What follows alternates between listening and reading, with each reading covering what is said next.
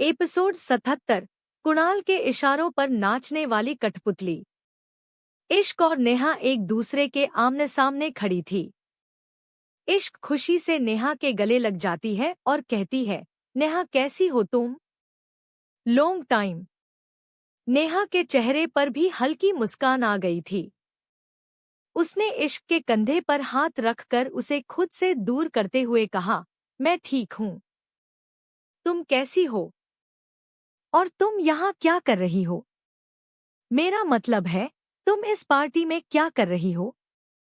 मैं यहाँ पर गेस्ट हूँ। लेकिन तुम बताओ तुम यहाँ पर क्या कर रही हो? इश्क ने एक्साइटेड होते हुए पूछा। तो नेहा उसका हाथ पकड़कर उसे एक साइड में ले जाती है और उससे कहती है, इश्क मुझे पता है तुम्हारे साथ क्या हो रहा है। और मैं तुम्हारी मदद करना चाहती हूँ। इसलिए मैं यहाँ पर हूँ। इश्क हैरानी से नेहा को देखकर कहती है, तुम्हें पता है? तुम्हें यह सब कैसे पता है? जैसे ही इश्क का यह सवाल नेहा के सामने आता है, नेहा की घबराहट उसके चेहरे पर आ जाती है। अब वह कैसे बताएं इश्क को कि यह सब किस लिए कर रही है। उसका दिल उसके काबू में नहीं था और जज्बात उसके हाथों से फिसल रहे थे। नेहा को वह पल याद आता है जब वह इश्क के लिए एक रात पहले वह कुणाल के साथ बेड पर थी और कुणाल उसके साथ बेरहमी से पेश आ रहा था। यह बिल्कुल भी प्यार भरा नहीं था, क्योंकि कुणाल पागलों की तरह नेहा के ऊपर चढ़ा हुआ था। कुणाल छोड़ो, मुझे दर्द हो रहा है, नेहा कराहते हुए कहती है। लेकिन कुणाल ने उसके दोनों हाथों को पकड़कर हेड रेस्ट पर लगाते हुए कहा, नहीं, जब तक तुम हाँ नहीं कहोगी तब तक मैं रुकने वाला नहीं हूँ। बताओ नेहा, तुम मेरे लिए करोगी ना? तुम्हें करना ही होगा। मुझे वह चाहिए। मुझे वह वापस चाहिए और तुम्हें उसे मेरे पास लाना ही होगा। मैं उसे किसी भी कीमत पर वापस चाहता हूँ। नेहा दर्द से तड़प रही थी, लेकिन जो दर्द उसके शरीर में हो रहा था, उससे कहीं ज्यादा दर्द उसके दिल में हो रहा था। जिस इंसान से वह प्यार करती थी, वह उसके साथ होते हुए यह कह रहा था कि वह किसी और से प्यार करता है। और उसके लिए कुणाल की आंखों में जुनून और तड़प दोनों नजर आ रही थी। तुम उसे मेरे पास लाओगी? कुणाल एक पागल जानवर की तरह नेहा का शिकार करते हुए उसे बस यही कह रहा था। नेहा की चीख उसके कमरे में हो रहे दर्द की गवाह बन रही थी। आखिरकार नेहा ने हार मानते हुए कहा, ठीक है, मैं यह करूंगी। मैं तुम्हारे लिए करूंगी। पर प्लीज मुझे छोड़ दो। मुझसे यह दर्द बर्दाश्त नहीं हो रहा है। इश्क ने देखा नेहा किसी विचारों में खोई हुई है। उसने धीरे से नेहा के कंधे पर हाथ रखा और उसे हिलाते हुए कहा, क्या हुआ नेहा? क्या सोच रही हो? नेहा अपने होश में आती है और इश्क को देखने लगती है। इश्क उसे देखते हुए बोली, बताओ ना, तुम्हें क्या पता है मेरे बारे में? तुम क्या जानती हो? और तुम्हें यह सब किसने बताया है? कुणाल ने। मुझे यह सब कुणाल ने बताया है। वो हमारे साथ है और वह तुम्हारी मदद करना चाहता है। इश्क के जो हाथ नेहा के कंधे पर थे, वह ढीले पड़ जाते हैं और धीरे से उसके हाथ नीचे हवा में लटक जाते हैं। वह हैरानी सी नेहा को देखते हुए कहती है, कुणाल? कुणाल चोपड़ा? तुम कुणाल चोपड़ा की बात कर रही हो? नेहा ने हाँ में सर हिलाते हुए कहा, हाँ, मैं कुणाल चोपड़ा की ही बात कर रही हूँ। लेकिन शायद उसका इतना जवाब देना भी इश्क के लिए काफी नहीं था कि वह कुणाल को जानती है। वह हैरानी से नेहा को बोली, तुम कुणाल के बारे में क्या जानती हो? तुम कुणाल को कैसे जानती हो नेहा? मेरी तो कुछ समझ में नहीं आ रहा है। तुम और कुणाल यहाँ पर हो एक साथ और वह भी मुझे बचाने की बात कर रहे हो? क्या जानते हो तुम लोग मेरे बारे में? और कहाँ है कुणाल? इश्क बेचैन हो उठी थी, क्योंकि उसे यह सब जानना ही था। वह नेहा पर शक नहीं कर रही थी, लेकिन उसे कुणाल पर यकीन नहीं था। कुणाल का नाम सामने आते ही एक बार फिर से पुरानी जिंदगी की यादें उसके सामने आ जाती है। किस तरीके से उसकी माँ कुणाल की तारीफ किया करती थी और उसकी साइड लिया करती थी, और किस तरीके से वह हमेशा उसकी माँ और उसके सामने एक अच्छे इंसान की तरह पेश आया करता था। हालांकि इश्क को कभी भी कुणाल से कोई परेशानी नहीं हुई, लेकिन न जाने क्यों उसे कुणाल के साथ कुछ पॉजिटिव एनर्जी नहीं मिलती थी। इसीलिए वह हमेशा उससे दूरी बनाकर ही रखती थी। इश्क हैरानी से नेहा से कुणाल के बारे में पूछता है, तो नेहा ने उससे कहा, वह यहाँ पर नहीं है, बस मैं हूँ यहाँ पर। दरअसल कुणाल जानता था कि वह आदमी, क्या नाम है उसका? हाँ, आकर्ष ठकराल। वह कभी भी किसी को तुम्हारे आसपास नहीं भटकने देगा, इसीलिए वह यहाँ मौजूद नहीं है। पर उसने मुझे भेजा है तुमसे बात करने के लिए। तुम मेरा विश्वास करो इश्क, हम तुम्हारी मदद करना चाहते हैं। नेहा का दिल यह सब कहते हुए डर भी रहा था और उसे घबराहट भी हो रही थी। वह इश्क से झूठ बोल रही थी। इश्क वही लड़की है जिसने बुरे वक्त पर उसकी मदद की थी, पढ़ाई में भी, कॉलेज में भी और जॉब दिलवाने में भी। वह दोनों एक ही जगह पर रहती थी और बचपन से ही एक दूसरे को जानती थी। भले ही वह दोनों दोस्त नहीं थी, लेकिन फिर भी वह दोनों हर अच्छे बुरे वक्त में एक दूसरे की मदद किया करती थी। नेहा को याद था कि जब कुणाल का कजन यानी कि नेहा का बॉयफ्रेंड रवि की किसी ने हत्या कर दी थी, तो नेहा किस तरीके से टूट गई थी। और उस वक्त इश्क ने ही उसे संभालने में बहुत ज्यादा मदद की थी। अगर उस वक्त इश्क वहां मौजूद नहीं होती, तो शायद नेहा संभाल नहीं पाती। और उसके बाद नेहा की जिंदगी में कुणाल की एंट्री होती है। उसे कुणाल के लिए अट्रैक्शन होने लगता है। वह कुणाल की तरफ खींची चली जाती है और कुणाल के व्यवहार को प्यार समझने लगती है। हाँ, उसे लगा कुणाल उससे प्यार करता है, पर उसके साथ एक बेड पर रहने के बाद भी वह सिर्फ इश्क का ही नाम लेता है। और नेहा उस अट्रैक्शन पर इतनी अंधी हो गई थी कि उसे एहसास ही नहीं हो रहा था कि वह उसके बहकावे में आकर क्या कर रही है। कुणाल ने उसके दिल और दिमाग पर इस तरीके से कब्जा कर रखा है कि वह उसी के इशारे पर चलती है और उसी की सोच को अंजाम देती है। वह कुणाल का सबसे बुरा पक्ष देखने के लिए तैयार नहीं थी, क्योंकि वह जानती थी अगर उसने ऐसा किया तो उसे साक्षात नर्क के दर्शन होंगे। इसीलिए उसने अपनी आंखों पर पट्टी बांध ली थी, और इस पट्टी के पीछे जो अंधेरा था उसमें सिर्फ कुणाल ही नजर आ रहा था, जो नेहा से कुछ भी कहता और वो कठपुतली की तरह उसी के इशारों पर नाचती रहती है। उसने इश्क के कंधे पर हाथ रखते हुए कहा, इश्क समझने की कोशिश करो। वह इंसान एक पागल है और तुम एक पागल के साथ नहीं रह सकती हो। क्या तुम भूल गई हो उसने कितने लोगों की जान ली है? तुम्हें उसके आसपास खतरा हो सकता है। इश्क के चेहरे पर घबराहट आ जाती है, लेकिन वह इस बात को भी नजरअंदाज नहीं कर सकती थी कि आकर्ष एक गुनहगार है। वह एक हत्यारा और साथ ही उसे इलाज की भी जरूरत है। वह ऐसे पागल के साथ नहीं रह सकती थी। उसके पिछले व्यवहार को देखते हुए इश्क और ज्यादा घबरा जाती है। उसे जल्दी से नेहा की तरफ देखा और हाँ में सर हिलाते हुए कहा, ठीक है नेहा, मुझे तुम लोगों पर भरोसा है। तुम बताओ मुझे करना क्या होगा? क्या तुम मुझे यहाँ से ले जाने के लिए आई हो? नेहा ने ना में सर हिलाते हुए इश्क से कहा, नहीं, मैं फिलहाल तुम्हें यहाँ से नहीं लेकर जा सकती हूँ, क्योंकि यहाँ से बाहर निकलने का सिर्फ एक ही रास्ता है और वह पार्टी हॉल से होकर जाता है। इसीलिए कुणाल ने मुझसे कहा है कि तुम अभी जाकर पार्टी में ऐसे शामिल हो जैसे कि कुछ हुआ ही नहीं है। जैसे ही पार्टी खत्म होगी वैसे ही कुणाल इसके लिए कुछ एक्शन लेगा। तुम्हें बस थोड़ी सी हिम्मत दिखानी होगी। बस मेरी और कुणाल के इशारे का इंतजार करो।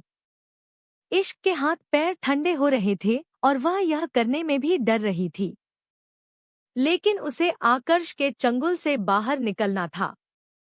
वह कितने हाथ पैर मार ले, लेकिन इस बात का अंदाजा उसे हो चुका था कि आकर्ष उसे कभी भी खुद की कैद से बाहर नहीं जाने देगा। पर अब उसे उम्मीद की किरण नजर आई थी, इसलिए उसने हाँ में सर हिलाते हुए कहा, ठीक है, मैं करूंगी। आकर्ष की कैद से निकलने के लिए वह बाकी किसी भी चीज पर ध्यान ही नहीं दे रही थी। वह नेहा की ईमानदारी पर कभी शक नहीं कर सकती थी। उसे कभी भी नेहा पर शक नहीं होगा। वह काफी लंबे समय से नेहा को जानती थी और उसे पता था कि नेहा कभी भी उसका बुरा नहीं चाहेगी। नेहा मुस्कुराते हुए उसे देखती है और कहती है, बस हम पर भरोसा रखो। अच्छा, अब मुझे चलना चाहिए। मुझे किसी ने देखा नहीं है और मैं नहीं चाहती हूँ कि आकर्ष मुझे देख ले, इसलिए मैं यहाँ से निकलती हूँ। इश्क ने हाँ में सर हिलाया और उसके हाथों को छोड़ दिया। नेहा वहां से सीधे पार्टी हॉल में चली जाती है और वहां से एग्जिट पर निकल जाती है। इश्क भी अपने क्लच बैग को वापस ले लेती है, जो उसने साइड के एक काउंटर पर रख दिया था। वह खुद को सही करते हुए गहरी सांस लेती है ताकि सब कुछ नॉर्मल लगे। पर जैसे ही वह पार्टी हॉल में जाने वाली थी, किसी ने उसका हाथ पकड़कर एक पिलर के पीछे खींच लिया। इश्क हैरानी से उसे देख रही थी, पर जब उसने सामने वाले शख्स को देखा तो उसकी आंखें एकदम से बड़ी हो गई और वह हैरानी से उसे देखकर कहती है, रियांश, तुम यहाँ क्या कर रहे हो? रियांश ने कुछ नहीं कहा। वह इश्क को ही देख रहा था, लेकिन इश्क ने देखा कि रियांश के हाथों पर अभी भी प्लास्टर बंधा हुआ है और उसके माथे पर अभी भी बैंडेज लगा हुआ है। उसे ऐसे देखकर इश्क को बहुत बुरा लगता है। उसने धीरे से रियांश से कहा, रियांश, तुम्हें यहाँ आने की जरूरत नहीं थी। तुम्हें घर जाना चाहिए। तुम्हारे डॉक्टर कौन है? मेरी बात करवाओ उनसे। वह इस तरीके से तुम्हें कैसे घूमने दे सकते हैं? तुम्हारे जख्म अभी तक ठीक नहीं हुए हैं। रियांश ने उसे शांत करवाते हुए कहा, नहीं इश्क, मैं पूरी तरह से ठीक हूँ और तुम फिक्र मत करो। मैं अपने डॉक्टर की परमिशन लेकर ही यहाँ आया हूँ। दरअसल यह पार्टी अगस्त्य कपूर ने रखी हुई है। उनकी बेटी और मेरी बहन गुड्डू एक ही क्लास में है। वह दोनों फ्रेंड्स है।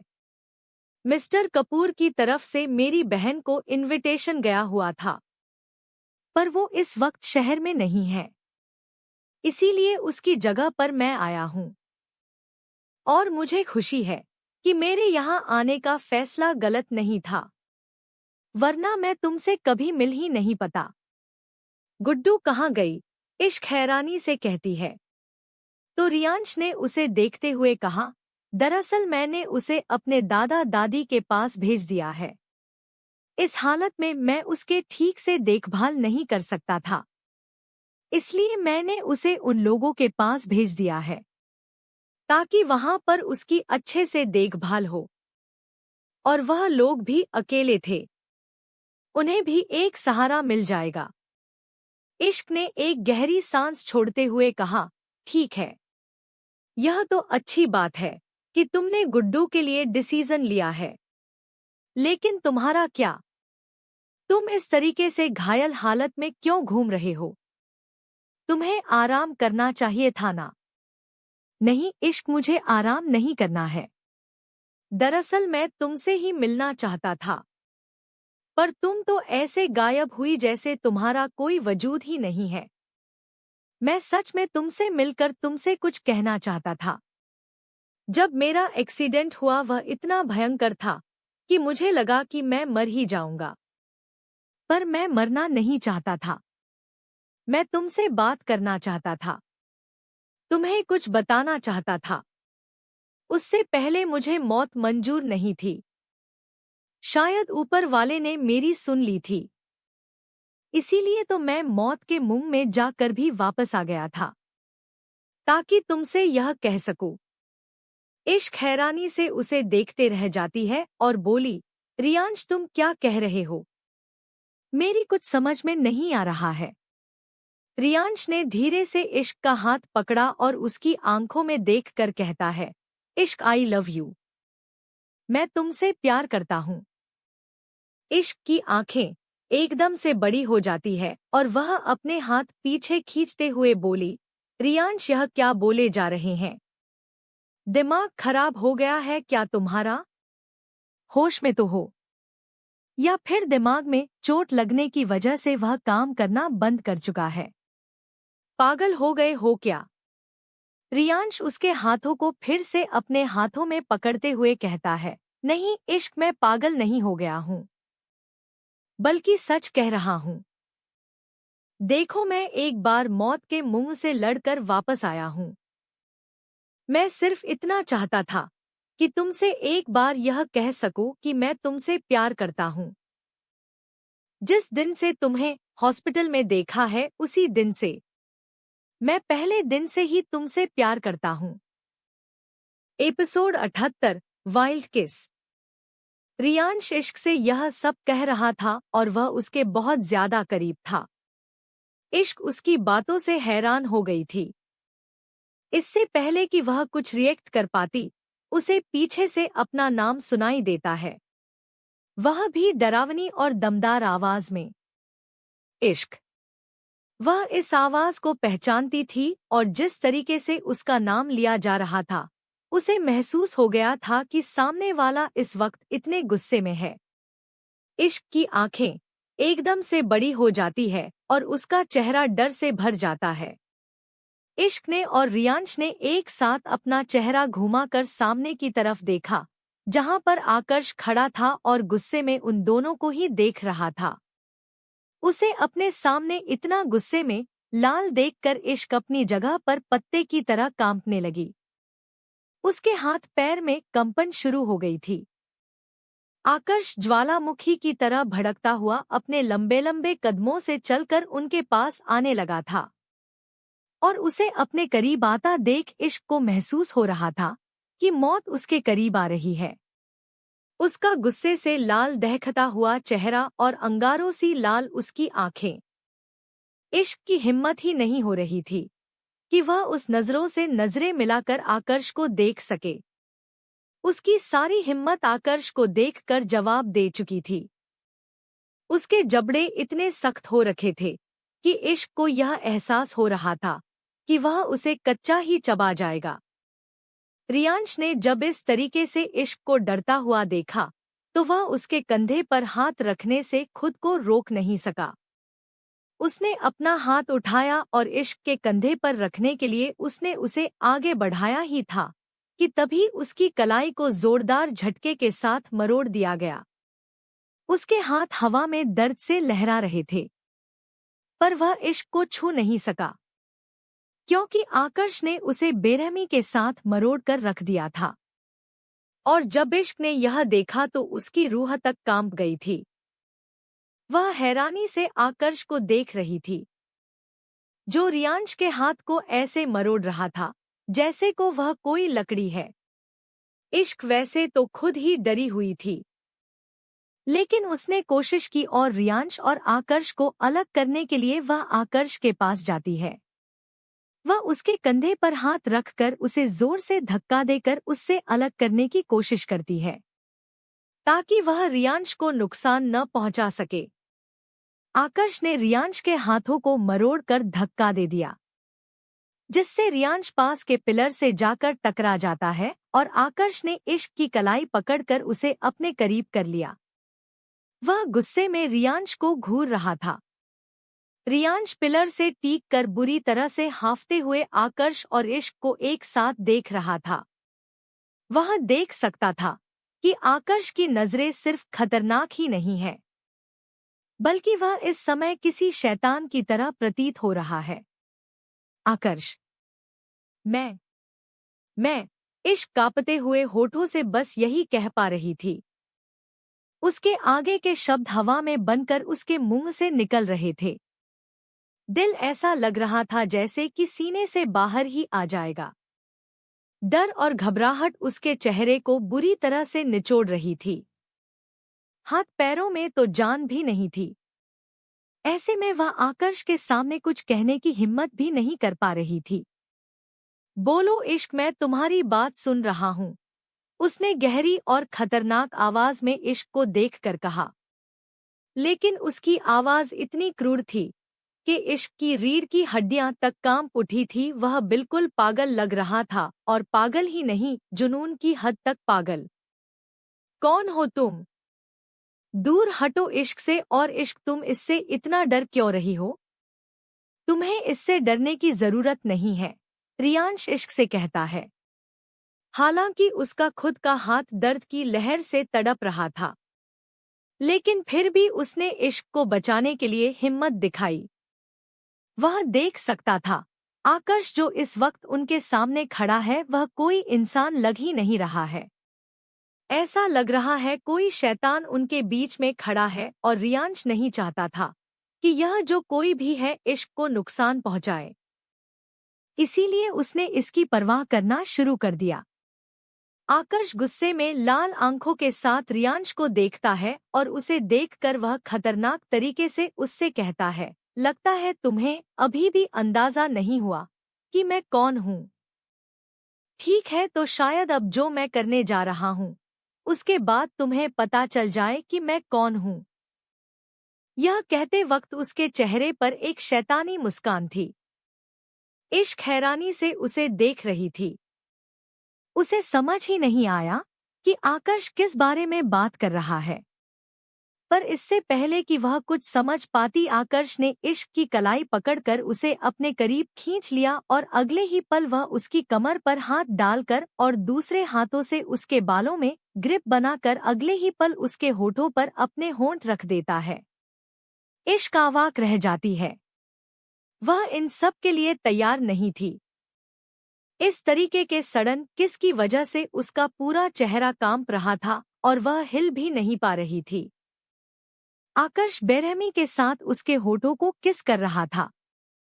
इश्क बस उसे खुद से दूर धकेलने की कोशिश कर रही थी, पर एक तो डर की वजह से पहले ही वह इतनी बुरी तरह से कांप रही थी, और अब उसकी हिम्मत भी नहीं हो रही थी कि वह आकर्ष को खुद से दूर कर सके। उसके हाथ पैर काम ही नहीं कर रहे थे, लेकिन वह उसके किस को सपोर्ट नहीं कर रही थी। आकर्ष उसके होठों को बेरहमी से चुमे जा रहा था। उसने इश्क को पास की दीवार से लगा दिया, और उसकी किस और ज्यादा डिप हो गई। वह उसे तब तक किस करता रहा जब तक कि इश्क की सांस ना उखड़ने लगी हो।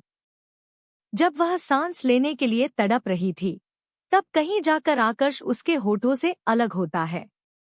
इश्क के होठों पर खून लग गया था, और उसकी सांसें तेजी से चल रही थी। इश्क अभी भी दीवार से लगे अपनी अस्थिर सांसों को काबू में करने की कोशिश कर रही थी, लेकिन आकर्ष ने खतरनाक तरीके से रियांश की तरफ देखा। आकर्ष के होठों पर भी किस करने की वजह से खून लग गया था, जिसे उसने अपने जीभ से लिक करते हुए घमंड भरे चेहरे के साथ रियांश को देखा, जिसके चेहरे का रंग उड़ा हुआ था। जाहिर तौर पर आकर्ष रियांश को यह बताना चाहता था कि वह कौन है और इश्क उसके लिए क्या है। रियांश अपनी जगह पर खड़ा हुआ निशब्द बस उन लोगों को देख ही रहा था। जब आकर्ष ने इश्क को किस करना शुरू किया, तब उसे ऐसा लगा जैसे कि उसके सामने कोई छलावा चल रहा है।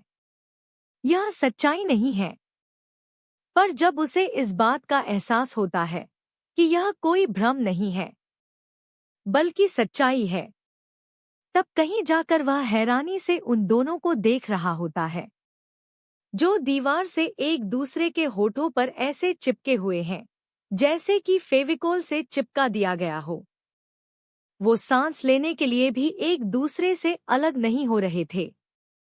रियांश के चेहरे का उड़ा हुआ रंग देखकर आकर्ष को एहसास हो गया था कि वह जो मैसेज रियांश तक पहुंचाना चाह रहा था वह पहुंच चुका है। उसने धीरे से अपने होठों पर उंगली चलाते हुए इश्क की फैली हुई लिपस्टिक को पोंछ लिया और रियांश से बोला, इतना काफी है या और जानना है? रियांश को पता तो चल गया था कि उन दोनों का क्या रिश्ता है, लेकिन उससे कुछ बोला ही नहीं जा रहा था। आकर्ष ने इश्क की कलाई को पकड़ा और उसे लेकर आगे बढ़ गया। रियांश उनके रास्ते में ही खड़ा था। आकर्ष ने रियांश के कंधे पर हाथ रखकर उसे साइड में धकेल दिया और इश्क को लेकर पार्टी हॉल की तरफ चला जाता है। रियांश कुछ नहीं कर सका। उसकी आंखें तब तक इश्क और आकर्ष पर टिकी हुई थी जब तक वह बिल्कुल गैलरी के अंत में जाकर उसकी आंखों से ओझल नहीं हो जाते हैं। इश्क की आंखों में आंसू थे। उसके साथ जो कुछ भी हुआ था उसकी वजह से वह खुद को बहुत ज्यादा हारा हुआ और असहाय महसूस कर रही थी। वह रियांश के लिए कुछ नहीं कर सकती थी। वह खुद के लिए कुछ नहीं कर सकती थी। इससे बुरा उसकी जिंदगी में और क्या ही हो सकता है। जैसे ही वो लोग गैलरी से हॉल की तरफ बढ़ते हैं, आकर्ष उसका हाथ पकड़कर उसे रोक लेता है। वह इश्क की आंखों में आंसू महसूस कर सकता था। उसने अपनी जेब से रुमाल निकाला और इश्क की तरफ बढ़ाते हुए कहा, बाहर मीडिया है, अपने आंसू साफ करो। पर इश्क के हाथ इतनी बुरी तरह से कांप रहे थे कि वह उस रुमाल को पकड़ने के लिए भी हाथ नहीं बढ़ा रही थी और उसके आंसू भी बहे जा रहे थे। उसका चेहरा असहाय हो गया था और दिल तेजी से धड़क रहा था। उसे ऐसे देखकर आकर्ष धीरे से जबरदस्ती उसके हाथों में रुमाल रखता है और उसकी उंगलियों को रुमाल के अंदर दबाते हुए कहता है। पर इश्क के हाथ इतनी बुरी तरह से कांप रहे थे कि वह उस रुमाल को पकड़ने के लिए भी हाथ नहीं बढ़ा रही थी और उसके आंसू भी बहे जा रहे थे। उसका चेहरा असहाय हो गया था और दिल तेजी से धड़क रहा था। उसे ऐसे देखकर आकर्ष धीरे से जबरदस्ती उसके हाथों में रुमाल रखता है और उसकी उंगलियों को रुमाल के अंदर दबाते हुए कहता है, तुम्हें रोने के बहुत से मौके मिलेंगे, पर अभी नहीं, क्योंकि अभी तो मैंने तुम्हारे साथ कुछ किया ही नहीं है। जब बिना किए तुम्हारी आंसुओं की यह हालत है, तो जरा सोचो अगर मैं कुछ करने पर आया तो तुम्हारे आंसू कितने बहेंगे। इसीलिए इन्हें बचा कर रखो। आगे जाकर यह आंसू ही तुम्हारा हमदर्द बनेंगे। तुम्हें रोने के बहुत से मौके मिलेंगे, पर अभी नहीं, क्योंकि अभी तो मैंने तुम्हारे साथ कुछ किया ही नहीं है। जब बिना किए तुम्हारी आंसुओं की यह हालत है, तो जरा सोचो अगर मैं कुछ करने पर आया तो तुम्हारे आंसू कितने बहेंगे। इसीलिए इन्हें बचा कर रखो। आगे जाकर यह आंसू ही तुम्हारा हमदर्द बनेंगे। इश्क के आंसू और तेज हो गए और वह जोर जोर से रोना चाहती थी, लेकिन इस वक्त उसने खुद को रोक रखा था। वह धीरे से रुमाल को अपने चेहरे के पास लाती है और अपने आंसुओं को पोंछ लेती है। जब उसके आंसू पोंछ जाते हैं और वह ना रो सके इसके लिए खुद को मजबूर कर लेती है, तो उसने रुमाल आकर्ष की तरफ दोबारा बढ़ा दिया। पर आकर्ष ने अपना दूसरा हाथ पेंट की जेब में डालते हुए कहा, रख लो, अभी तुम्हें इसकी जरूरत पड़ेगी। अरे आकर्ष, कहाँ चले गए थे तुम? पता है चेरी कितनी देर से तुम्हें ढूंढ रही है। सामने से अगस्त्य आते हुए आकर्ष से कहता है। तो आकर्ष अपने चेहरे का एक्सप्रेशन बदलता है और जल्दी से उसने अगस्त्य से कहा, हाँ देर तो हो ही जाती। यह तो शुक्र है मैं सही टाइम पर सही जगह पर पहुंच गया था। उसके बाद उसने इधर उधर देखते हुए अगस्त्य से कहा, चेरी कहाँ है? अगस्त्य बोला, वह तुम्हें ढूंढते ढूंढते इतना थक गई थी, उसे नींद आने लगी थी, इसलिए वीणा उसे अपने साथ कमरे में ले गई है। तुम कहो तो मैं उसे बुलाऊं? आकर्ष ने ना में सर हिलाते हुए अगस्त्य से बोला, नहीं, इसकी जरूरत नहीं है, उसे आराम करने दो, मैं उसे फिर कभी मिल लूंगा। अच्छा अगस्त्य, रात काफी हो गई है, मुझे निकलना चाहिए। अगस्त्य से विदा लेकर वह इश्क को लेकर पार्टी हॉल से बाहर आता है, जहां पर उसकी नजर सामने खड़ी मीडिया के लोगों पर पड़ती है। आकर्ष के साथ किसी लड़की को देखकर वह सब लोग उसकी तरफ रुख कर लेते हैं और उससे सवाल जवाब करने लगते हैं। लेकिन आकर्ष ने मजबूती के साथ इश्क का हाथ पकड़ा हुआ था और वह उसे लेकर आगे बढ़ रहा था। उसने किसी की तरफ नहीं देखा, यहाँ तक कि इश्क की तरफ भी नहीं। वह सीधे उसे लेकर वहां से निकाल रहा था। उसके बॉडीगार्ड मीडिया को साइड करने में लगे हुए थे। उसके चलने के अंदाज से ही इश्क को महसूस हो रहा था कि वह कितने गुस्से में है। वह उसके कदम के साथ कदम नहीं मिल पा रही थी। लेकिन गेट के पास आकर आकर्ष अपने कदम रोक देता है और पलटकर मीडिया वालों को देखने लगता है, जो एक एक करके उससे सवाल कर रहे थे। पर उनके सवाल इतने सारे थे कि वह सब किसी मक्खी की तरह लग रहे थे, जो उन दोनों पर सवाल फेंके जा रहे थे। इसी बीच आकर्ष का ध्यान एक मीडिया वाले के ऊपर जाता है, जो उससे सवाल करता है, सर आपके साथ यह लड़की कौन है? यह मेरी गर्लफ्रेंड है और पिछले 1 साल से हम दोनों डेट कर रहे हैं।